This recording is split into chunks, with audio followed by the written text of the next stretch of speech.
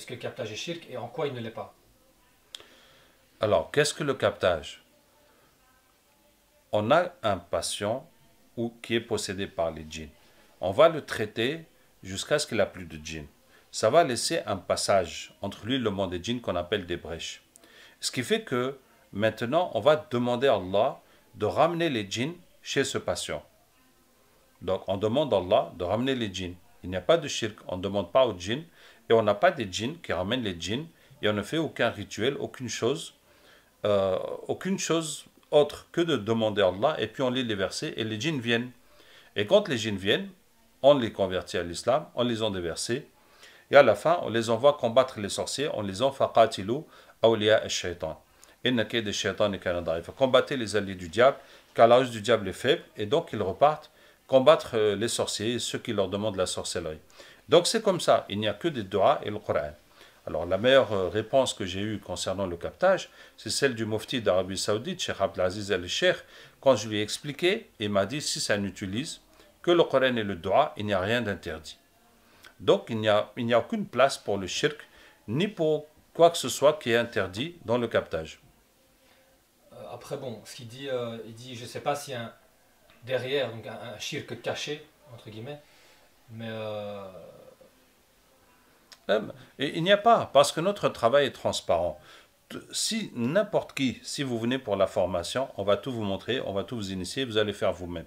C'est pour ça que nous avons des centres dans 35 pays dans le monde, hein, des centaines, des milliers d'élèves qui apprennent et qui pratiquent, et ça marche de même pour eux. Donc ce n'est pas quelque chose que moi je garde d'une façon secrète, ni aucun de nous. Chacun peut le faire, et j'invite tous les raqis, si tu es raqi, et si tu as un patient ou un djinn parle et un djinn se convertit, dès que le djinn se convertit, tu lui dis est-ce qu'il y a d'autres djinns chez le patient? Il te dit oui, on est 5 ou 10 ou combien. Tu dis on va demander à Allah de les ramener et tu lis Aina matakunu et puis ils vont venir, ils vont se convertir de plus en plus facilement. Dès que tu as fini les djinns du patient, tu dis est-ce qu'il y a des djinns dans sa maison et tu demandes à Allah de les ramener. Et dès que c'est fini, tu dis est-ce que les sorciers chez qui vous étiez, il reste des djinns avec eux? Oui, on va demander à Allah de les ramener, Aina matakunu, et vous allez voir comment ça marche, et les djinns se convertissent de plus en plus facilement.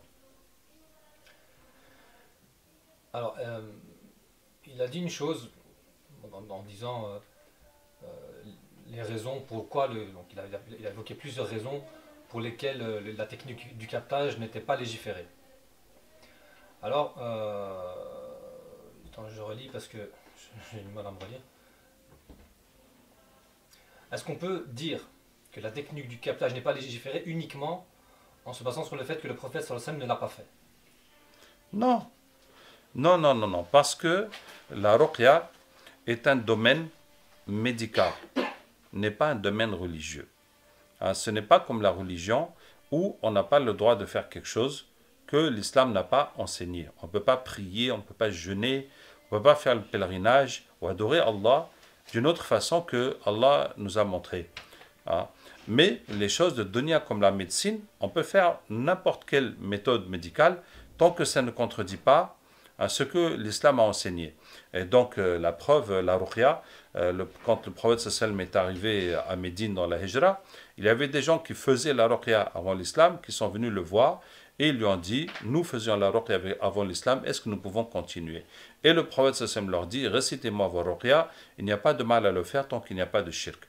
Donc le prophète sallam a autorisé toutes les ruqya qu'il y avait avant l'islam, hein, sauf là où il y avait du shirk. Donc ça veut dire que la ruqya, elle est ijtihadiyya, elle n'est pas tawqifiyya. Et il y a des gens qui pensent à tort que la ruqya est tawqifiyya, et je vous conseille tout simplement de lire les livres des savants saoudiens là-dessus et des anciens savants, et vous verrez que la ruqya n'est pas tawqifiyya.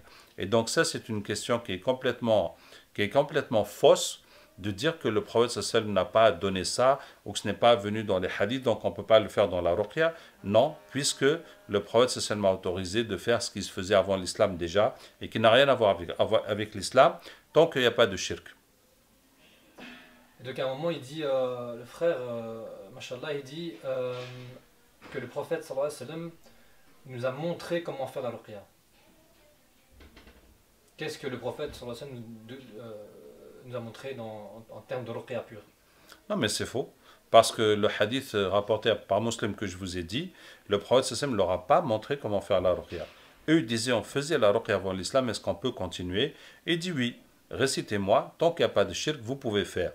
Donc ça c'est une erreur. Hein. Donc relisez les livres qu'il y a sur la ruqya, vous verrez que non. La ruqya n'a pas été enseignée comme ça. Et dans l'histoire des sahaba qui ont soigné un chef de tribu, regardez bien cette histoire. Les sahaba étaient en voyage. Il y avait un chef de tribu qui a été piqué par un scorpion. Ils sont venus dire aux sahaba, est-ce que parmi vous quelqu'un peut soigner? Et un, il a dit oui, moi je peux. Les autres étaient surpris, ils ont dit on ne savait pas qui savait faire la ruqya. Et pendant 3 jours, il a soigné avec la Fatiha. Et puis ils les ont payés de retour à Médine. Le prophète sallallahu lui a dit وَمَا أَدْرَاكَ أَنَّهَا رُقْيَةٌ. Comment as-tu su que la Fatiha est une ruqya et que la Fatiha est une parole qui guérit? Comment as-tu su? Ça veut dire qu'ils avaient des paroles qui guérissaient. Ils avaient des ruqya qu'ils utilisaient. Hein? Depuis avant l'islam, ils avaient des paroles pour guérir. La ruqya, c'est la guérison par les paroles. Hein? Et là, ce sahabi a eu l'idée d'utiliser la Fatiha. Parce que quand le prophète lui a demandé, il a dit Shay'un ulqiya ilay aw shay'un ulhimtuhu. Il dit c'est venu en moi comme ça, j'ai été inspiré de cette manière. Donc ils avaient des paroles qui guérissaient, mais jusque-là, le prophète ne leur a pas dit ou enseigné que la Fatiha pouvait guérir. Et le sahabi a eu cette idée, il a dit tiens, pourquoi je vais utiliser ces paroles? J'ai qu'à utiliser la Fatiha. Et il a utilisé la Fatiha et la personne a guéri. Et le prophète dit mais comment as-tu su que la Fatiha avait le pouvoir de guérison? Et à partir de là, tout le monde sait que la Fatiha shifa, que c'est une guérison. Donc, le sahabi a fait une ruqya que le prophète n'a pas enseignée, en l'occurrence la Fatiha, il n'y a pas de problème. Et d'ailleurs, on sait que tout le Coran est une guérison. Donc, de toute façon, utiliser le Coran, ça, il n'y a aucun problème. Puisque déjà utiliser les choses d'avant l'islam sont autorisées tant qu'il n'y a pas de shirk. Mais si c'est le Coran, là on n'a besoin d'aucune autorisation, puisque tout le Coran est un remède, comme Allah dit وَنُنَزِّلُ مِنَ الْقُرْآنِ مَا هُوَ شِفَاءٌ وَرَحْمَةٌ لِلْمُؤْمِنِينَ. Nous descendons un Coran qui est un remède et une miséricorde pour les croyants. Une chose aussi que le frère a évoquée. Comment? Je sais pas, tu as vu si bon. C'était donc le fait, donc il a expliqué que dans les usul de la religion, usul din, on ne peut pas causer du tort ou faire du mal à son frère, même si celui-ci nous le demande. Et en fait, il expliquait que le fait de faire du captage, ça faisait du mal, ça causait un tort, et donc que ça allait à l'encontre de Usul Din. Que le captage cause du tort au pilote, au capteur, ça ne cause pas de tort au capteur. Ça ne cause pas de tort au capteur. Vous pouvez demander à n'importe quel capteur. Maintenant, compte que les capteurs sont des patients qui étaient possédés, et souvent qui étaient beaucoup possédés. Et il faut d'abord enlever les djinns qu'ils ont. Après, on les entraîne à capter. Quand on les entraîne, il y en a qui ne supportent pas. Ça les rend malades, ça les fatigue. Et on essaye. Peut-être à force de faire, ça devient facile. Mais quand ça ne veut pas marcher, mais on abandonne parce que ce n'est pas pratique. Ce n'est pas pratique. On a des capteurs qui captent toute la journée, donc il faut qu'ils soient en forme. Donc ça n'a aucune conséquence sur eux. Ça n'a aucune séquelle. Il y a des capteurs, certains capteurs, pour eux, le captage est physique. Ils font avec les muscles et avec des mouvements. À force de capter, ils deviennent de plus en plus baraqués. Hein, et en général, pour les femmes, c'est plus calme, c'est plus tranquille, mais ça n'a pas de conséquences plus que ça. Alors, je vous donne l'exemple de la femme noire au temps du prophète sallam qui était possédée et qui faisait des crises et qui est venue demander au prophète sallam de demander à Allah de la guérir et de demander à Allah qu'elle guérisse. Et le prophète sallam a dit, si tu veux, tu patientes, tu auras le paradis. Si tu veux, je demande à Allah, il va te guérir. Elle a dit, je préfère patienter, mais comme je me déshabille, je me dévoile, quand je fais mes crises, demande à Allah que je ne me déshabille plus, il a demandé. Donc, celle-là, dans une des versions du hadith, elle dit, Ghalabani hadal khabith. Ce méchant m'a terrassé, ce méchant m'a vaincu. Celle-là, elle a un djinn qui l'a fait souffrir. Et pourtant, le prophète sallam l'a laissé dans cette situation. Ce qui fait que ce djinn qui l'a fait souffrir, ça ne l'empêche pas de faire ses prières, de vivre comme une musulmane, de faire ses obligations familiales, sauf que c'est comme une maladie qui l'a fait souffrir. Vous voyez?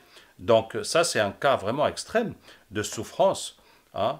Mais la personne qui fait le captage, elle ne souffre pas comme ça. Les djinns viennent, on les maîtrise quelques minutes à peine, le temps de les convertir et ils partent. Euh, Là, ici, il a évoqué le fait que enfin, le fait de contrôler les djinns, c'était un don qu'Allah a fait à Sulayman alayhi salam, et d'où le hadith du prophète, où le prophète sallallahu alayhi wa sallam a attrapé un shaitan et qu'il l'a rejeté, enfin qu'il l'a relâché. Enfin, vas-y, tu connais, je crois, ce, cet argument-là. Donc tu peux dire, Cet argument est utilisé complètement à tort. Le prophète sallam a dit aux sahaba hier soir pendant ma prière, un shaitan est venu me déranger, je l'ai attrapé et je lui ai serré la gorge jusqu'à ce que j'ai senti la fraîcheur de sa salive sur ma main. Hein, il a bavé sur la main du prophète sallam. Et j'ai voulu l'attacher au poteau pour que le matin tout le monde le voie, que les enfants jouent avec lui. Mais je me suis rappelé le dua de Sulayman alayhi salam et je l'ai laissé partir. Hein. Donc le dua de Sulayman, c'est quoi? Sulayman a dit Rabbighfirli wa habli mulkan la yanbaghi li ahad min ba'di. Seigneur, pardonne-moi et donne-moi un royaume que personne après moi n'aura. Ça veut dire quoi? Ça veut dire que ce que Allah a donné à Sulayman alayhi salam, personne ne pourra jamais l'avoir. Par exemple, Sulayman avait le vent qui lui était soumis. Le vent l'emmenait le matin à une distance de un mois de voyage normal, et le ramenait l'après-midi.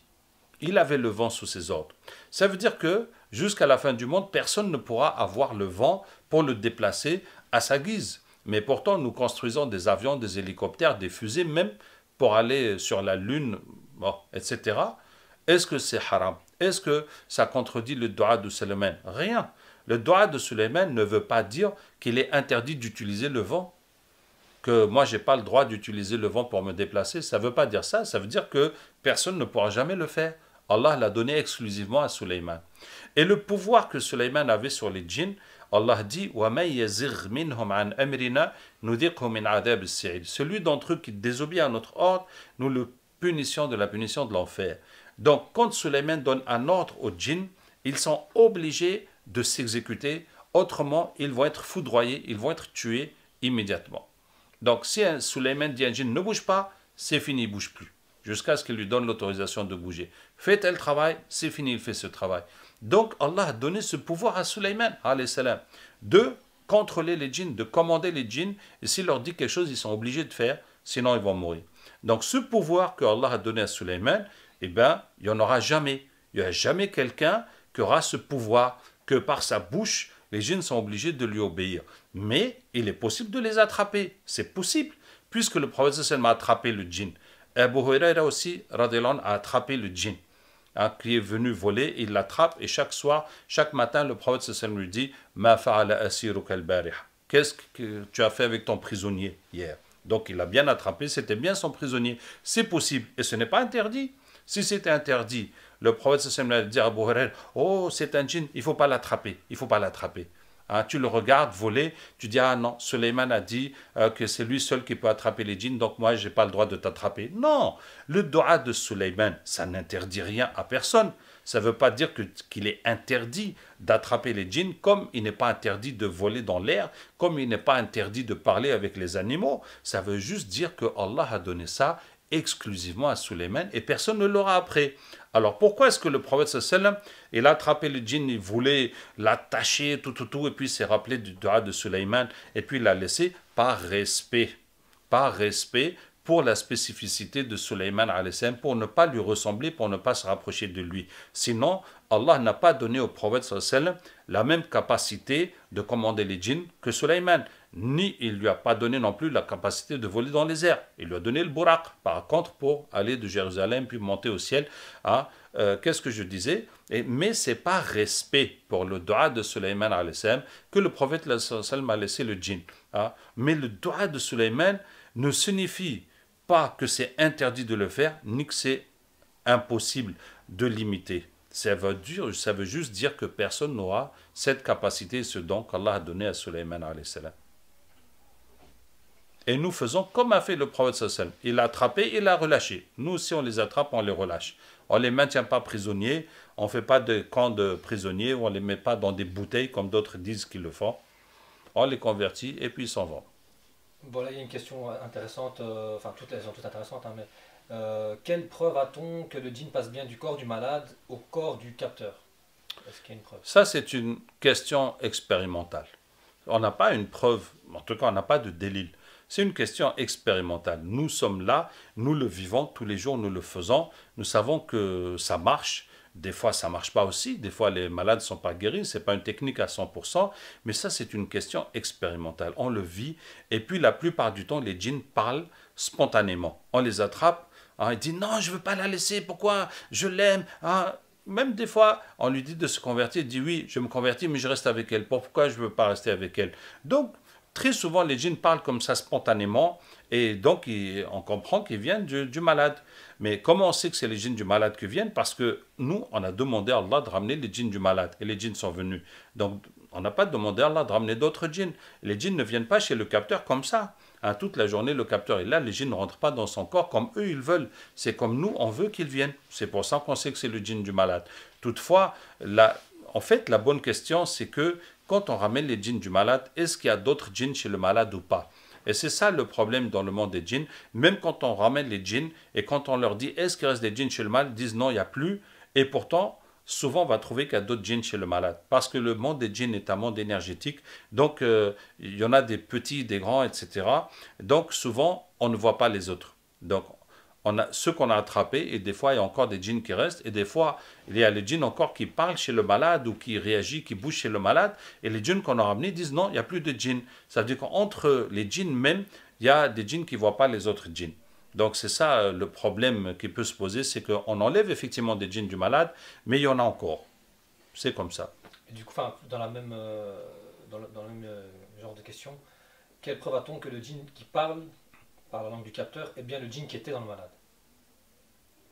Oui, bon, donc c'est la même chose. Hein. Bon, comme je vous dis, c'est une question expérimentale. Maintenant, si vous avez l'expérience avec les djinns, vous voyez que c'est des mauvais menteurs et que souvent on arrive à les mettre en contradiction s'ils mentent, mais les djinns ne mentent pas sans raison. Les djinns ne mentent pas sans raison. Donc, au pire, quand on ramène un djinn, si on lui dit d'où tu viens, si lui, il veut pas, il est mécréant et tout, il ne nous répond pas. Il dit, mais je ne parle pas avec vous, c'est tout. Plutôt que de mentir.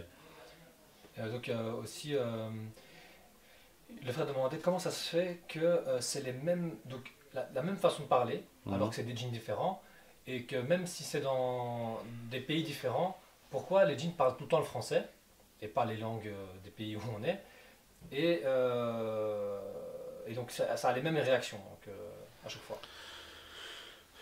Alors, bon, d'abord, le djinn parle la langue que la personne parle. Le djinn comprend notre pensée. Quand tu penses, avant même que tu mettes des paroles sur tes pensées, avant même que tu exprimes des phrases, le djinn comprend ce qu'il y a dans ta tête. C'est pour ça que Shaitan, il peut faire l'ouest-ouest. Quelle que soit la langue que tu parles, il n'a pas besoin d'aller apprendre des langues pour venir faire l'ouest-ouest aux gens. Donc il parle, il fait l'ouest-ouest dans ta pensée.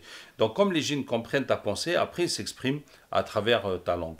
Donc il est très rare que les djinns parlent une autre langue que le malade ne parle pas. Donc c'est pareil dans le captage, ou bien chez les malades qui sont possédés, ça arrive que les djinns parlent d'autres langues, soit d'autres langues humaines, soit d'autres langues qui ne sont pas humaines, donc des langues qui sont propres aux djinns, et que le patient ne connaît pas. Mais la plupart du temps, le djinn va parler la langue que le patient comprend.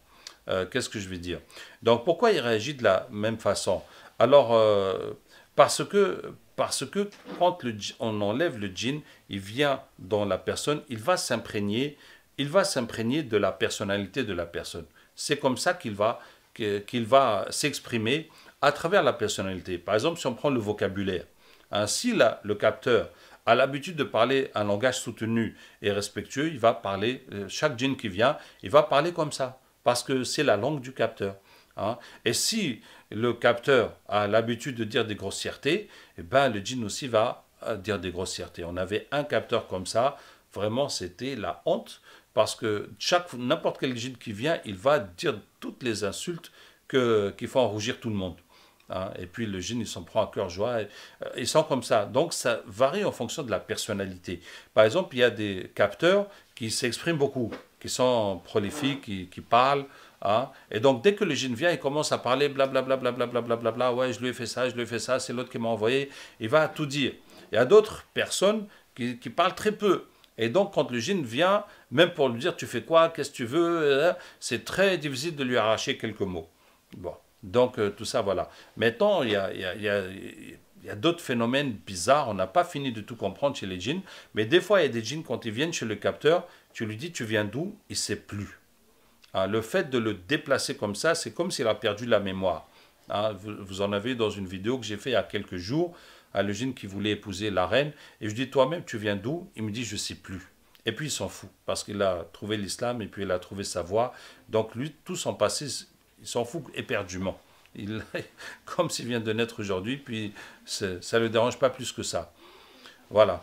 Et donc en fait, il y a aussi dans cette question, il y avait en fait qui disent que il peut avoir un effet psychologique d'imitation inconsciente.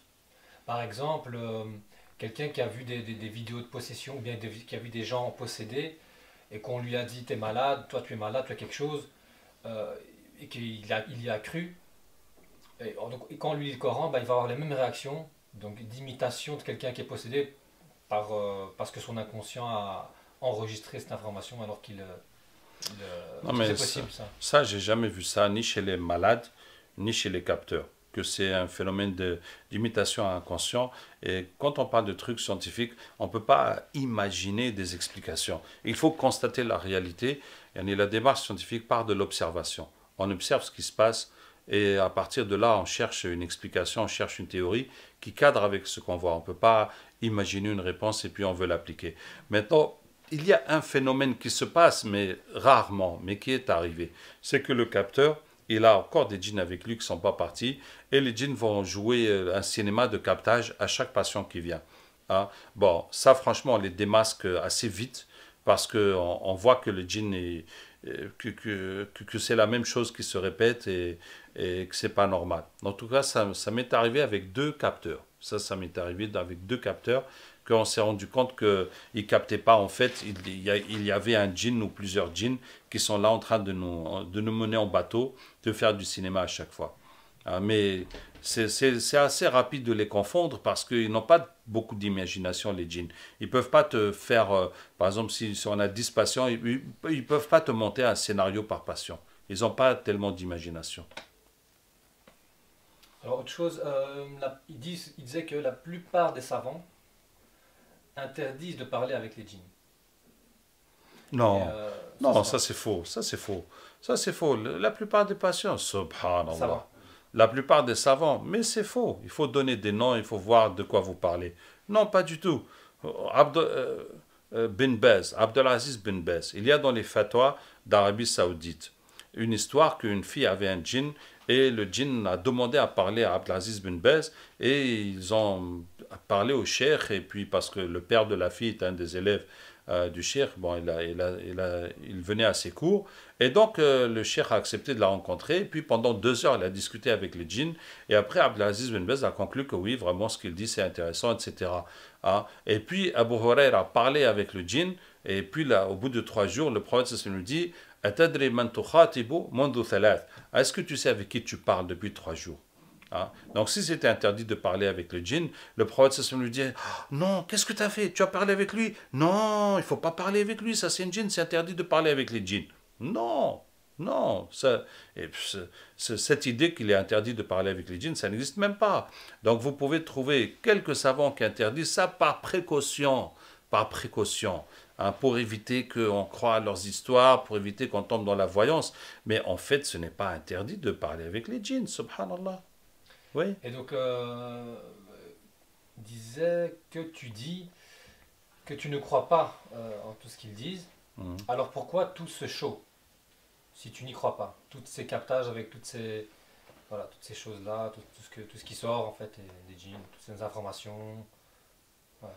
Alors pourquoi tout ce show? Parce que nous sommes dans une situation où le shirk a pris une très grande proportion dans la Ummah. et dans le monde. Le shirk et le satanisme a pris une très grande proportion.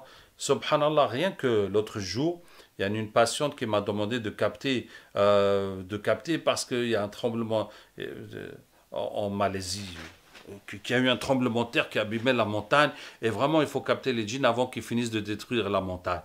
Tu vois, et j'ai quand même fait une vidéo, j'ai dit non, les djinns n'ont pas la capacité de faire des tremblements de terre, ni de faire des volcans, de faire éclater des volcans, mais ce que les djinns font, ils font croire aux gens qu'ils vont faire un tremblement de terre et que les gens doivent leur faire des sacrifices. Autrement, ils vont faire des tremblements de terre et puis ils vont faire des volcans. Et puis quand j'ai publié la vidéo, et effectivement, on a trouvé les djinns qui faisaient ça. Et elle me dit, oui, dans mon village, parce qu'on est juste à côté de la montagne, les gens ils font tout le temps, et pourtant c'est des musulmans, et ils font ça. Pourtant c'est des musulmans, et ils font des sacrifices aux djinns pour que les djinns ne leur fassent pas des tremblements de terre. La hawla wa la quwwata illa billah. Il y a tellement de shirk. Il y a tellement de shirk chez les musulmans. C'est pour ça que nous faisons ces campagnes. Et beaucoup de musulmans ont peur des djinns, et puis, etc. Donc c'est pour ça que nous montrons, d'abord, nous convertissons les djinns parce que c'est notre mission, hein, de convertir les djinns, comme on fait dawa aux humains, on fait dawa aux djinns, et aussi pour détruire le mal, parce que ce que les djinns font sur terre, c'est une partie du mal qu'il y a sur terre. La majeure partie est quand même provoquée par les humains, hein. Et aussi pour expliquer aux hommes de ne plus adorer les djinns, de ne plus leur faire des sacrifices et de ne plus avoir peur d'eux. Voilà. C'est pour ça que nous faisons cette campagne publique et nous montrons au maximum et nous essayons au maximum de détruire, hein, tout ce mal, tout ce shirk et toute cette sorcellerie. Pourquoi, cette question s'y revient, pourquoi tu as choisi de créer des centres un peu partout dans le monde plutôt que de le faire la ruqya dans ton coin comme beaucoup ont fait dans le monde de la ruqya? Parce que parce que je suis dans une guerre mondiale contre le shirk, contre la sorcellerie, hein, et nous voulons une solution pour la Ummah. Nous voulons une solution pour la Ummah. Beaucoup de gens souffrent. D'abord, beaucoup de gens souffrent et sont bloqués. Deuxièmement, beaucoup de gens tombent dans le shirk. Et nous voulons résoudre ce problème, nous voulons changer ce problème. Donc nous avons 5 objectifs dans notre groupe. 1, soulager les gens qui souffrent et qui sont bloqués. 2, préserver la foi des musulmans contre le shirk. 3, une da'wa pour les non-musulmans. 4, de combattre la sorcellerie et le shirk jusqu'à l'éradication. Et 5, de casser le business de la ruqya en l'enseignant gratuitement à tout le monde. Donc c'est pour ça que nous sommes dans cette campagne mondiale et que je ne vais pas m'asseoir quelque part, attendre que les patients viennent chez moi. Et jusqu'à aujourd'hui, si tu donnes une estimation, combien de personnes ont été formées par ton biais ou par le biais de tes élèves? Une estimation. Non, une estimation peut-être 5000.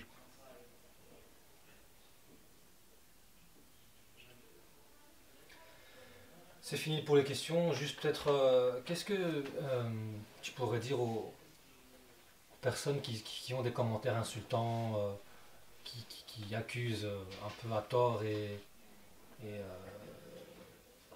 bon, tu n'es pas sur les réseaux pour le voir, donc, mais eux le sont pour te voir, donc peut-être tu peux leur transmettre un petit message. Ce que je veux vous dire, la question que vous devez vous poser, qu'est-ce que vous avez fait pour l'islam? Parce que moi je crois profondément, si quelqu'un est occupé à faire une activité qui fait avancer l'islam, ça lui fait assez de soucis pour ne pas s'occuper à critiquer les autres. Alhamdulillah, qu'Allah m'en préserve, je m'occupe de critiquer personne. Je suis trop occupé à faire ce que j'ai à faire, hein. Et c'est ce que je vous conseille, trouvez quelque chose à faire pour que l'islam avance. Occupez-vous de ça. Vous allez voir vous-même que ce n'est pas facile. Et que ce n'est pas facile. Ce n'est pas facile d'un point de vue pratique, d'un point de vue matériel, d'un point de vue les gens qui vont vous agresser. On va vous demander des délits si vous faites n'importe quoi.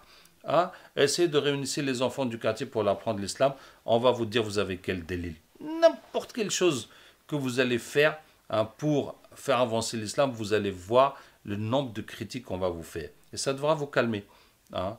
Maintenant, si vous avez quelque chose à dire, dites-le moi, hein. Et si c'est des insultes et des trucs stupides, hein, il faut changer ça, il faut changer votre comportement. Comme a dit le prophète sallam, Man kana yu'minu billahi wal yawm al-akhir falyaqul khayran aw liyasmut. Quiconque croit en Allah et au jour dernier, qu'il dise du bien ou qu'il se taise.